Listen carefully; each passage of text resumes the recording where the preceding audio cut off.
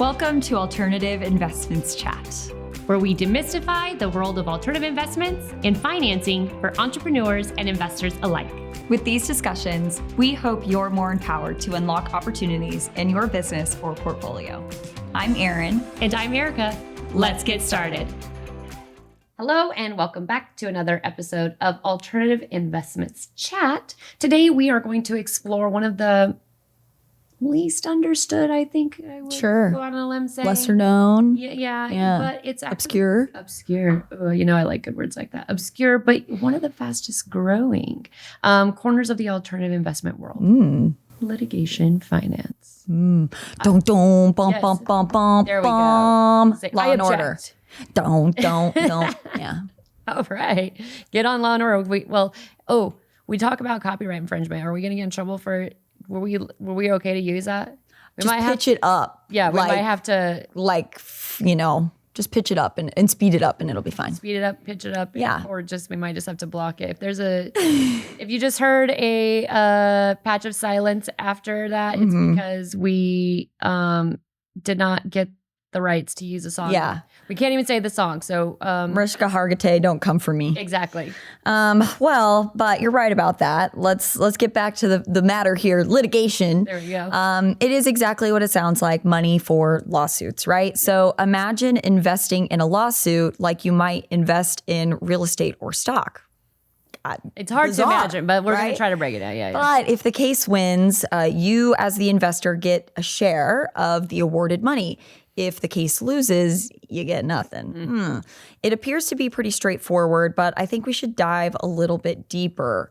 Tell me more about litigation finance. Litigation finance. So litigation finance, also called legal funding or third-party funding, is exactly how you described it. So an outside investor provides money to cover the cost of a legal case in exchange for a share of any financial recovery, either like settlement or a judgment. Sure. If the case is successful. Successful. Remember, there's the key word. I like to think of it kind of like a Shark Tank, but the product is your lawsuit. Interesting. So you got to really look into this. So here are some of the basics. A plaintiff, law firm, or sometimes even a defendant needs capital to fund a lawsuit, okay? A litigation finance firm evaluates the merits of the case and the likelihood of a favorable outcome. If approved, the funder pays some or all of the litigation costs, such as attorney fees, expert witnesses. Yeah, you got to pay them to come testify for you. Court fees, and whatever other expenses may be accrued during a lawsuit. If the case wins or settles, the funder receives an agreed upon percentage or multiple of the investment, which we'll go into a little bit later. If the case loses, the funder typically gets nothing, making it a non-recourse investment. Rough. So explain why these even exist. Because sometimes when we found these, I was like, who can use this? Is this a real thing? Yeah. Oh gosh. For sure. So let's get into that. Reason one, lawsuits are expensive. We just talked about a lawsuit that happened in our last episode about intellectual property. Yeah. That was expensive to the tune of over $600 million. Well, that was a settlement, but they ended up Yes. paying $200 million in legal fees. Right. But so even if it's not that expensive, it's still like buy a house expensive. Yeah. This is a large sum of money. Yeah. And it can take years to resolve. Number two, plaintiffs or firms that are working on contingency may not have cash flow to pursue a case. Yeah. It's not like you can go to the bank and say, can I have a loan? I want to sue my neighbor. Right. They're like, what? Yeah, that's what Judge Judy is for. There we go. Love that girl. Love that girl. Right. But litigation, this is the third reason here. Litigation finance can level the playing field, right? When one side has far more resources. There are several different entities that actually utilize litigation finance. These are individuals who are in personal injury, employment, or civil rights cases. Businesses pursuing contract disputes, ding, ding, ding, IP infringement or antitrust claims, or law firms to smooth cash flow across multiple cases, right? Like we said, it's expensive. Yeah, I didn't really realize like so many cases needed financing. I never, again, you don't really think about it, but like if you look around, everything costs money. A lawsuit also costs money. And again, you can't just go to the bank and say, can I get a little personal loan so I can go sue my neighbor because their grass is on my sidewalk and I'm instead of, seeking violence, we never condone seeking violence, but like I'm going to hurt them. So I'm going to give them a lot by money by getting the right. So I'm going to go out on a limb here and say there's probably some degree of risk because there is with every kind of investing. If I had to guess. And so things that we want to make sure if you're thinking of investing in this type of asset class, here's some stuff to consider. It can be expensive. Funders often require a significant return due back because of the high risk. Okay.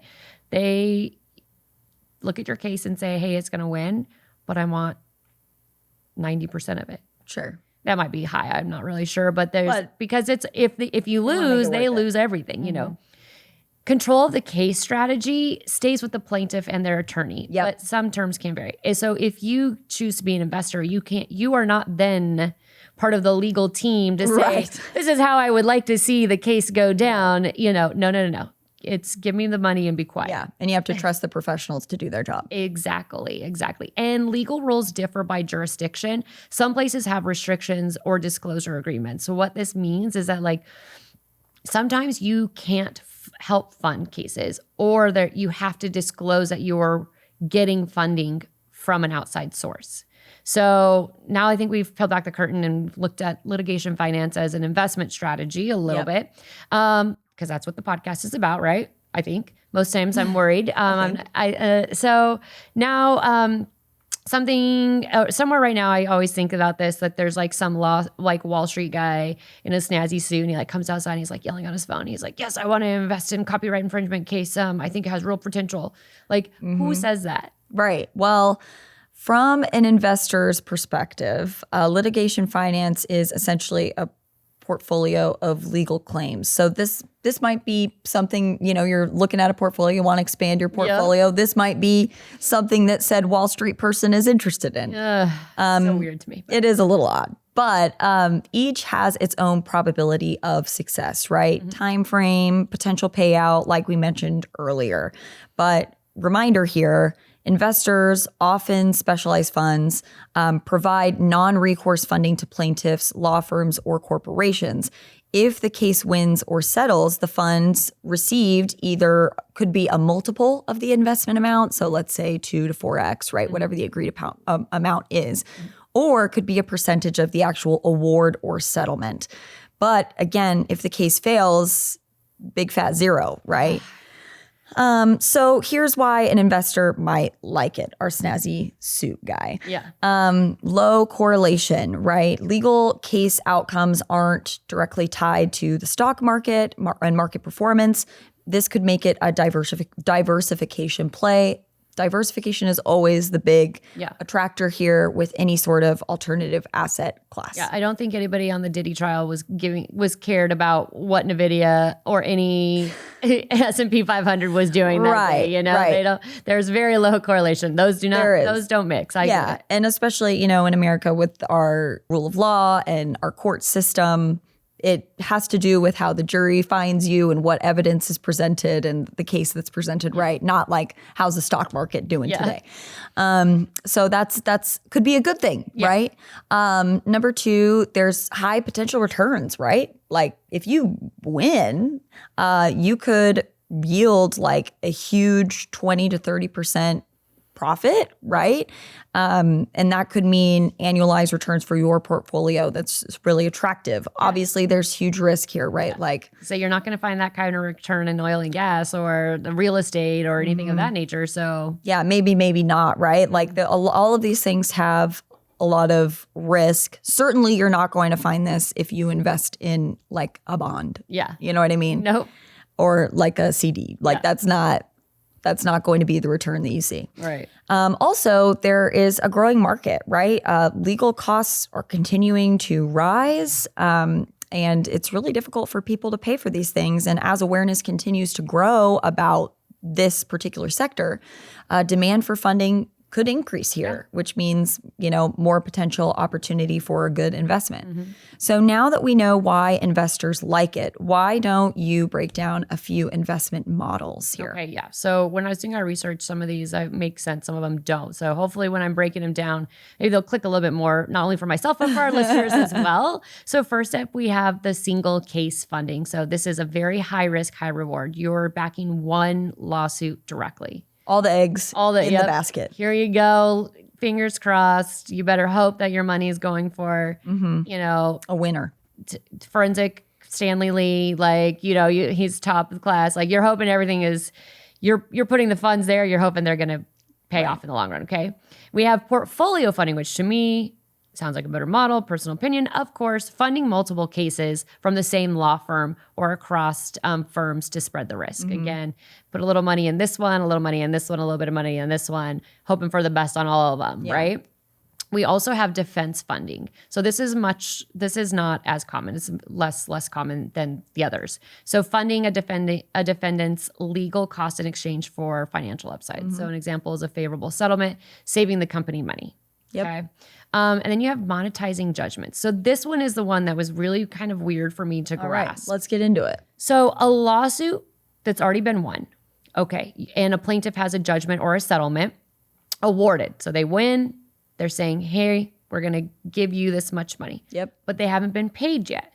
So often because the defendant is appealing or stalling or, there's, again, our legal system, these can take years. So an investor can actually step in, purchasing the right to collect the judgment, typically at a discount. So how about instead of you waiting, I'm going to give you your money and I'm going to wait for this to settle through. Right. So at first I was like, oh, is I making it?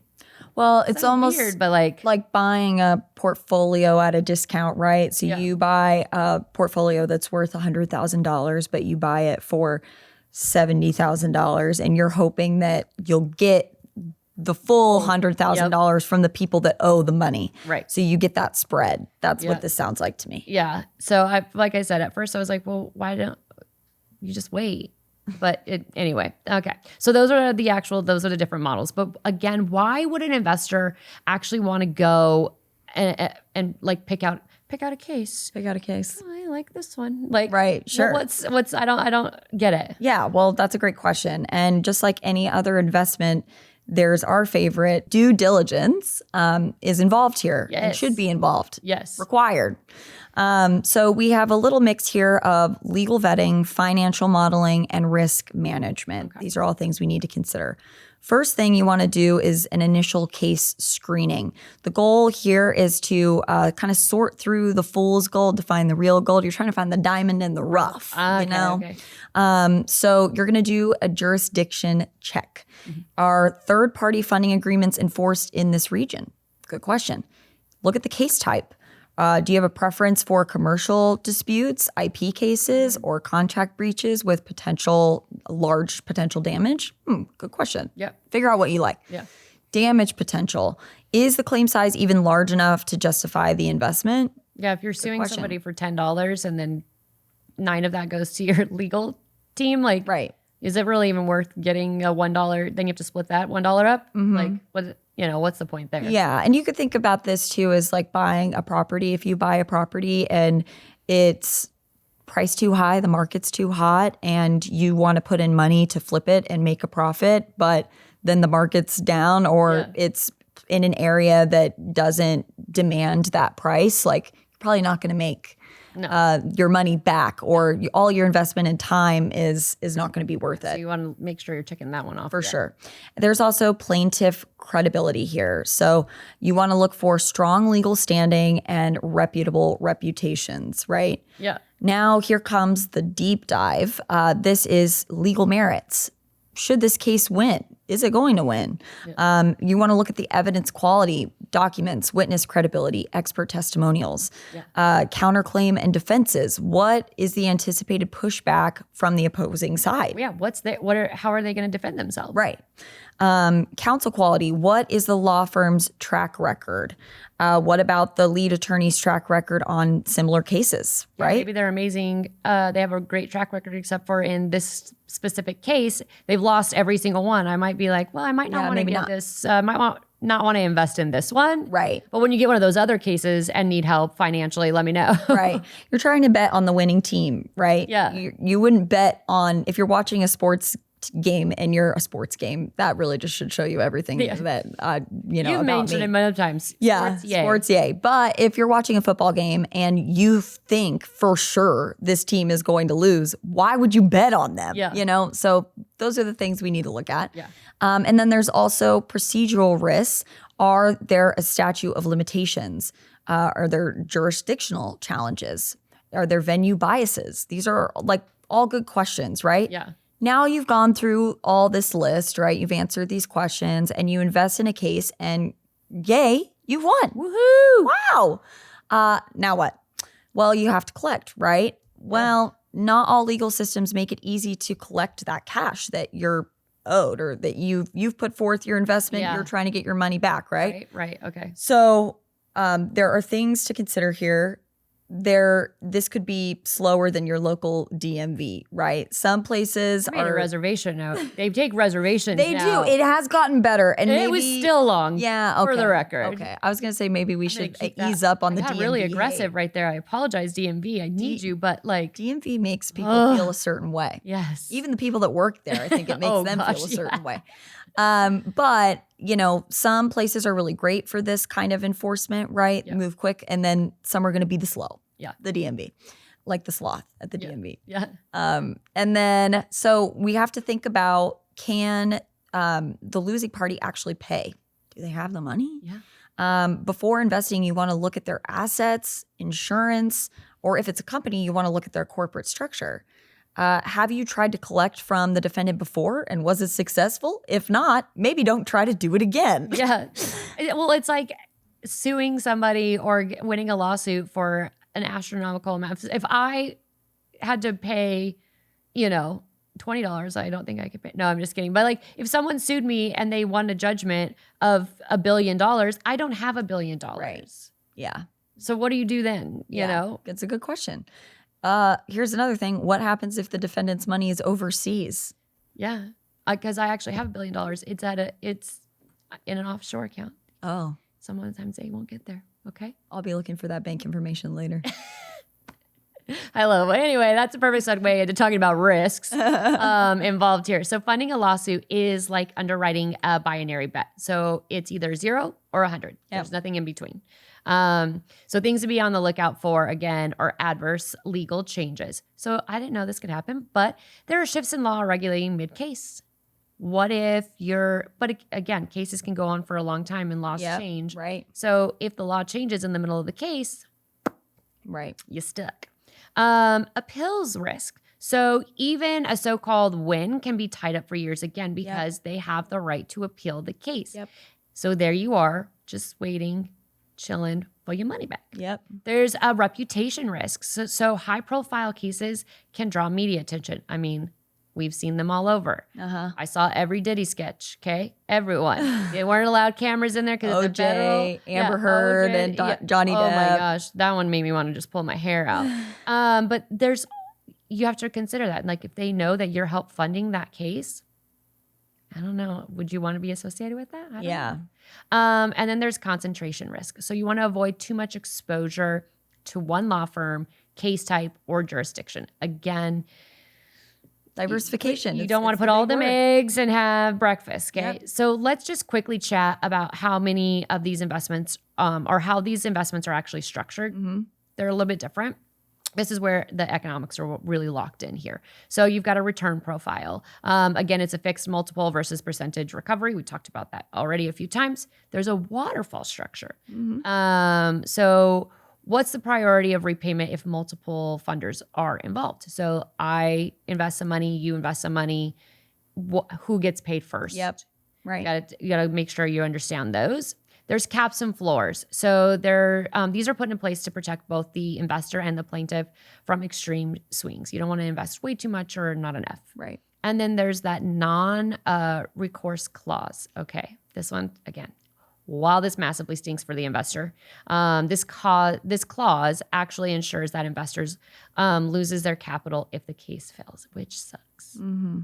So we say all this as a reminder. In litigation finance, due diligence isn't just checking off a box.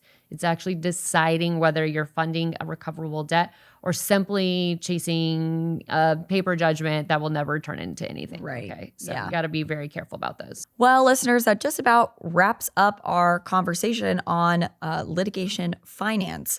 The key takeaway here for investors is that the best litigation finance firms or funds actually act like a private equity firm meets legal underwriting. You aren't just betting on cases, right? You're building a diversified portfolio where one big case could offset several losses. Yeah. Diversification, that's the whole reason that we talk about alternative investments anyways. Like you don't just want to just put money down and hope it comes back to you. No, You got to do that's this with strategy. A little smart ways. A little bit of smarts. Use your brain. Yeah. Never forget too that a well-run due diligence process can actually flip the odds in your favor, right? Or at least help them tilt that way. Yeah. This could turn what looks like a risky lawsuit bet into something that is much closer to a structured asset-backed investment. Yeah. Well, thanks so much for letting us turn you into a part lawyer, a part detective, part debt collector with this investment strategy. And we really do hope you've enjoyed today's episode. And we hope you don't need legal financing for anything. I might in the future. So listeners, please start saving your money to help me get out of jail. Other than that, tune in next time and we'll see you then. Thanks for joining us. Stay tuned for more insight on our next episode. And don't forget to subscribe to continue the Alternative Investments chat. See you next time.